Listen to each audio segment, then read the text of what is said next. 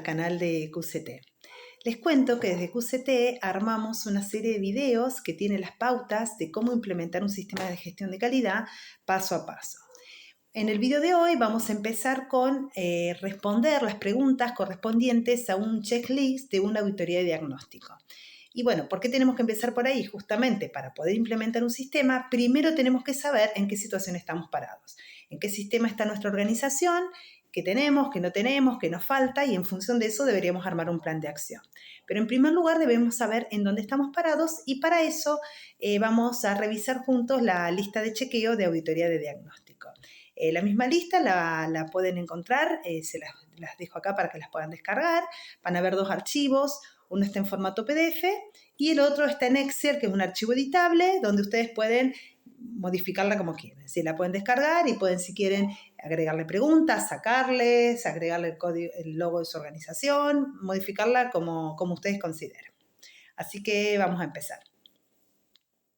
¿Cómo vamos a hacer para llevar adelante la auditoría de diagnóstico? Primero lo vamos a separar en 5 ítems fundamentales, como 5 ítems principales.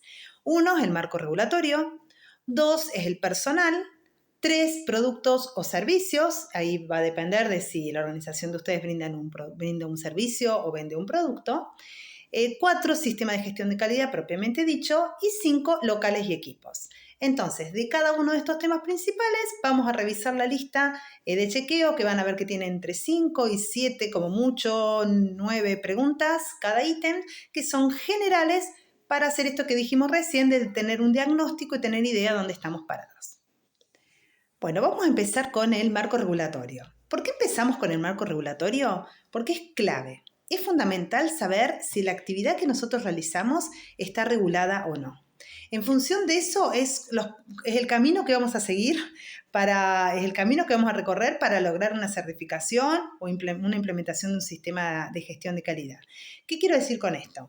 Que si nuestra actividad principal está regulada, si nuestra actividad principal existe una ley o una disposición que nos dice cómo debemos hacer y de qué manera debemos realizar las actividades, y entonces no tenemos muchas opciones. Sí o sí, esa ley, esa disposición la tenemos que cumplir. Justamente estoy hablando de disposiciones o que tengan carácter de ley, ¿sí? Disposiciones, resoluciones que tengan carácter de ley. La segunda pregunta, son 5 preguntitas que con eso nos ayuda a darnos un pantallazo. La primera es lo que dije recién, si nuestra actividad principal está regulada. Y por la segunda pregunta, fíjense que dice, ¿existen normas con carácter de ley que apliquen a la actividad principal o bien a alguna actividad secundaria? ¿Qué quiere decir esto? Que yo puedo realizar alguna actividad, por ejemplo, puedo elaborar y comercializar un producto que no tiene una regulación aplicable específica para ese producto, pero a la hora de fabricar el producto que les estoy comentando, puede ser que yo genero residuos especiales. Puedo usar solventes, por ejemplo. Entonces, como genero esos residuos especiales y la disposición de esos residuos especiales sí está regulado. Entonces, si bien la actividad propia en mi producto, la elaboración propiamente dicha de mi producto no está regulado, sí está regulado cómo realizo la disposición de esos productos especiales o esos residuos que generé durante la producción. Entonces, nos puede ocurrir que si bien nuestra actividad principal no está regulada, si bien no tengo una disposición que me dice cómo debo realizar esa actividad, sí tengo disposiciones o legislaciones que me aplican en función de las actividades secundarias. Por ejemplo, el ejemplo que les di recién. Mi elaboración de mi producto no está regulado, pero sí cómo desecho el scrap o los residuos que genero en la producción. Entonces, paso fundamental, paso número 1, antes de hacer nada, es revisar en el ámbito, en el país donde uno se desenvuelve. Si estamos hablando de Argentina y estamos diciendo, bueno, por ejemplo, yo me dedico a la comercialización de jeringas, que es un dispositivo médico. Bueno, en Argentina tenemos una disposición de ANMAT que nos dice cómo llevar adelante esa actividad. ¿Y qué quiere decir? Una disposición tiene carácter de ley. Quiere decir que no es optativo. No es que, bueno, sí, está buena la disposición, pero mejor yo no la sigo. No, yo no la sigo. Si tiene carácter de ley, hay que cumplirla. Distinto es algunas normas de calidad, como puede ser la ISO 9001, que uno puede decir como organización, yo quiero certificar ISO 9001. Está buenísimo que uno quiera certificar ISO 9001, pero hay que tener bien en claro que eso no es una norma que tiene carácter de ley. Es optativo. Si una organización la quiere implementar, perfecto, la implementa, y el que no quiere no la implementa. No es obligatorio, ¿sí?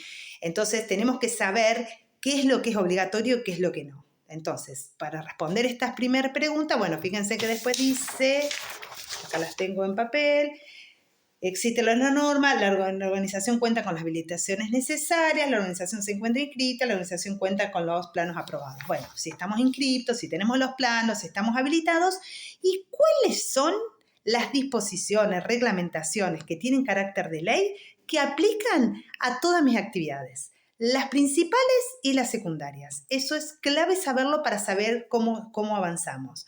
Uno podría decir, bueno, si yo estoy diciendo esto, ustedes me dirán, bueno, Gabriela, entonces no podemos seguir avanzando porque depende de cuál es la organización que nosotros tengamos, cuál sea la actividad que se dedique a la organización, si es un producto, si es un servicio, si está o no regulado. Yo les estoy diciendo que eso nos va a indicar el camino y nos va a decir cómo avanzar. Eso es cierto. Sin embargo, hay cuestiones básicas, que son las que vamos a ver a continuación, que se cumplen, que deberían cumplirse para todo tipo de organizaciones, estén reguladas o no, sea un producto, sea un servicio. Entonces vamos a hacer eso, vamos a seguir por las líneas generales, más allá de que la organización de cada uno tenga la particularidad que sea. Pero eso, bueno, nos va a ayudar a hacer esto que les dije al principio, una auditoría de diagnóstico, saber dónde estamos parados. ¿Por dónde empezamos? Por acá. Primer paso, entonces, listar, averiguar todas las leyes que nos aplican. Si nosotros brindamos nuestros servicios en Argentina o vendemos nuestro producto en Argentina, bueno, ¿cuáles son las leyes en Argentina que aplican a mi actividad?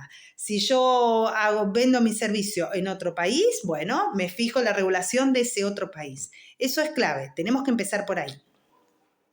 Ahora seguimos con el segundo ítem, que es el personal. Hay 5 preguntitas que tenemos que hacernos, que si tenemos organigrama, si tenemos listado de personal, si tenemos descripción de puestos de tareas, si tenemos un plan de capacitaciones, un plan de formación, y finalmente si tenemos un programa de higiene y seguridad. Ojo con esto, que esto es importante, voy a aclarar lo siguiente. Hablaba con una empresa que me decían, Gabriela, ¿qué tanto listado de personal si nosotros somos 3? Tengo una organización que trabajo yo, mi amigo y mi novia, y nosotros 3 llevamos adelante la empresa. Está perfecto, no hay ningún problema. No porque sean 3 las personas que realizan un montón de actividades, no vamos a tener un listado personal. No solo porque sean 3 personas las que forman parte de la organización, no vamos a tener un organigrama. Seguramente dentro de esas 3 personas se reparten las tareas y tendrán roles asignados, y obviamente una persona va a tener asignado más de un rol. Pero eso no es impedimento para tener un organigrama. Entonces no hace falta tener la superorganización con los 500 empleados para que tenga sentido tener un organigrama.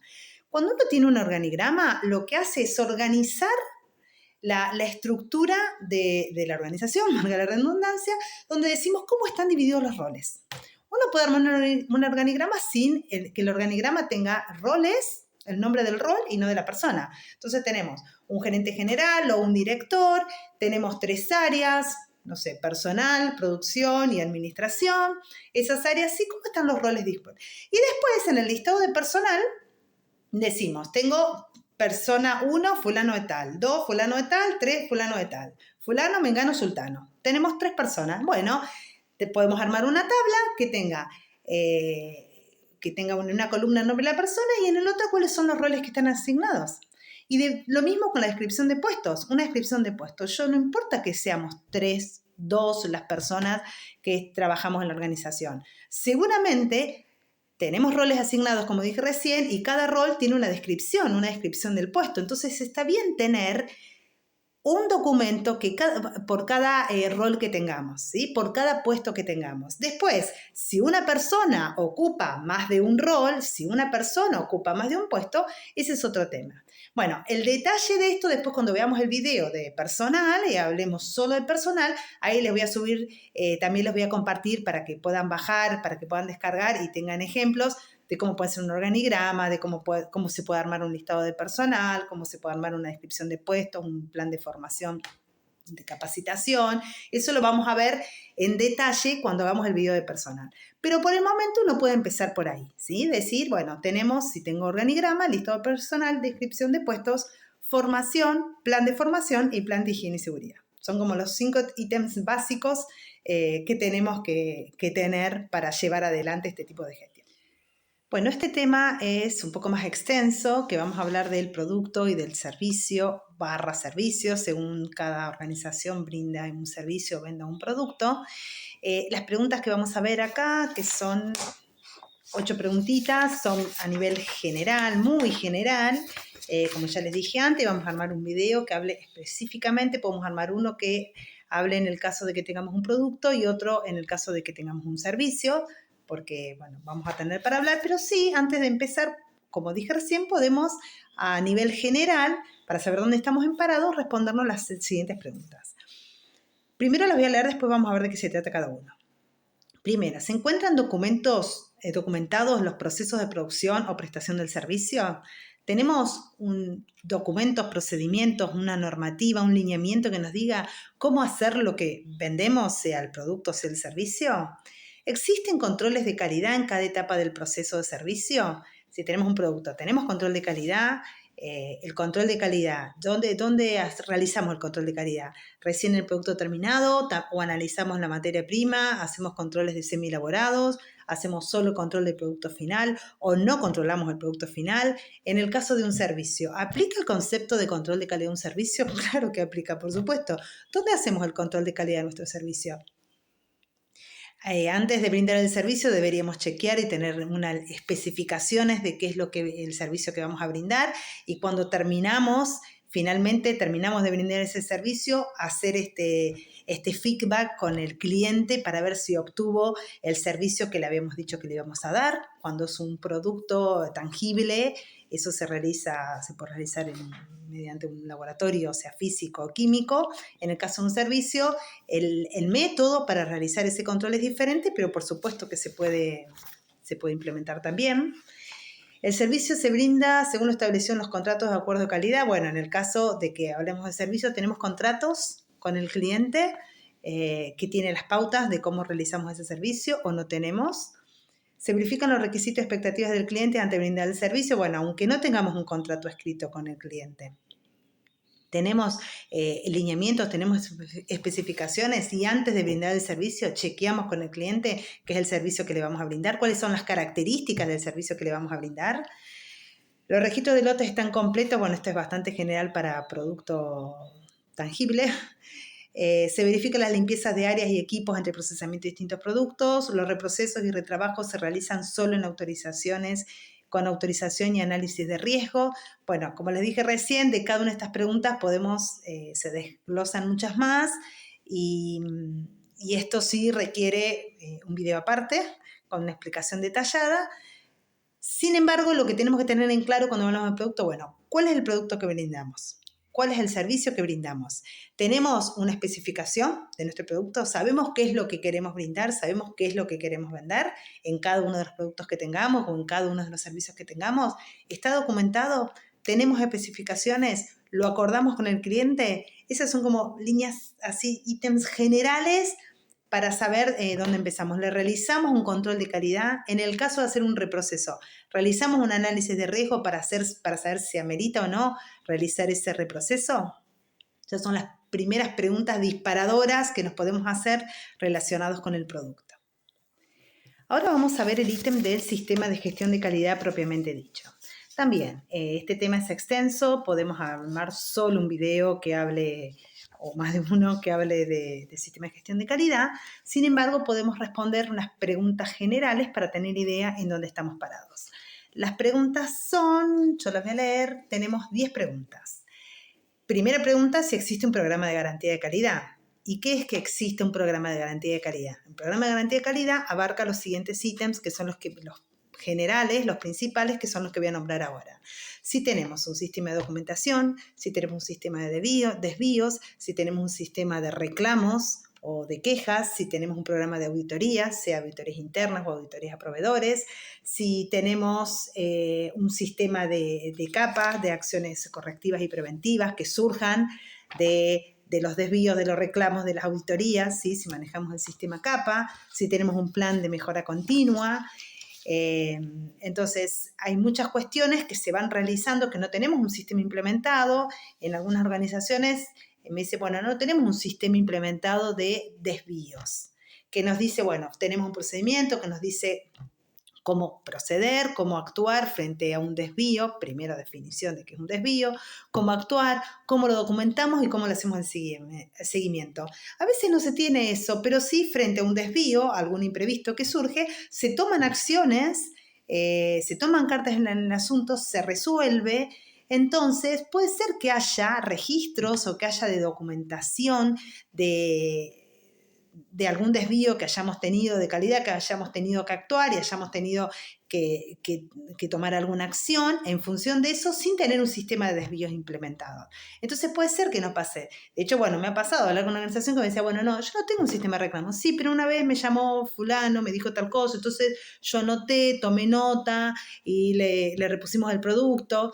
Bueno, entonces si bien la forma ordenada de llevar adelante un sistema de gestión de calidad es tener todas estas pautas y todas estas aristas en un método, que eso es tenerlo procedimentado y tener en el procedimiento decir cómo actuar y cómo seguir frente a una situación de estas, puede ser que tengamos alguna situación que hayamos vivido dentro de nuestra organización, que algún caso puntual que lo hayamos registrado o no. Entonces eso sirve como evidencia también.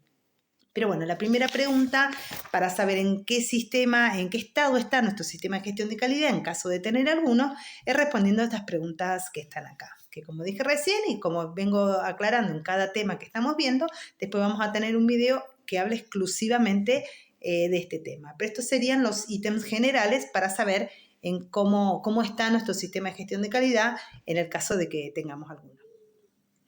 Finalmente vamos a ver el último ítem, que tiene que ver con locales y equipos. Al igual que dije con los temas anteriores, son preguntas generales que nos ayudan a entender dónde estamos parados, que después vamos a hacer un video que hable en detalle de estas características. Bueno, acá tengo las preguntas, tenemos 9 preguntas, se cuenta con un listado de locales y equipos, están claramente identificados. El diseño asegura un flujo lógico de materiales y de personal, si existen procedimientos de limpieza, si están en buen estado, si tenemos las condiciones de iluminación, temperatura y humedad, en el caso que lo requiera, obviamente. Fíjense que en el checklist, al lado de cada pregunta, tenemos la columna que dice sí, no o NA, que quiere decir no aplica. Obviamente, si estamos brindando un servicio que no aplica, no tenemos un área, un local cual requiera determinada ventilación, determinada humedad o determinada iluminación, obviamente IVA aún no aplica. Ni hablar equipos, ¿no? Por supuesto con los equipos de medición, si se controlan, si tenemos registro de calibración, si contamos con un plan de mantenimiento preventivo o de calibración de equipos. Básicamente, en el tema de locales y equipos, de vuelta, al igual que en los temas anteriores, tenemos un listado de equipos, tenemos un listado de áreas. Esas áreas se coinciden con el plano que tenemos. Esos equipos están identificados, tienen un plan de calibración, tienen un plan de mantenimiento. Son como las preguntas básicas, las primeras que nos hacemos, las disparadoras, que si uno entra en detalle con respecto a este ítem, tenemos mucho más para hablar. Pero en primer lugar, para tener un diagnóstico, para saber dónde estamos parados, estas preguntas están bien. Bueno, con esto terminamos el repaso del checklist de la auditoría de diagnóstico. Espero les haya sido de utilidad y los esperamos en los próximos videos.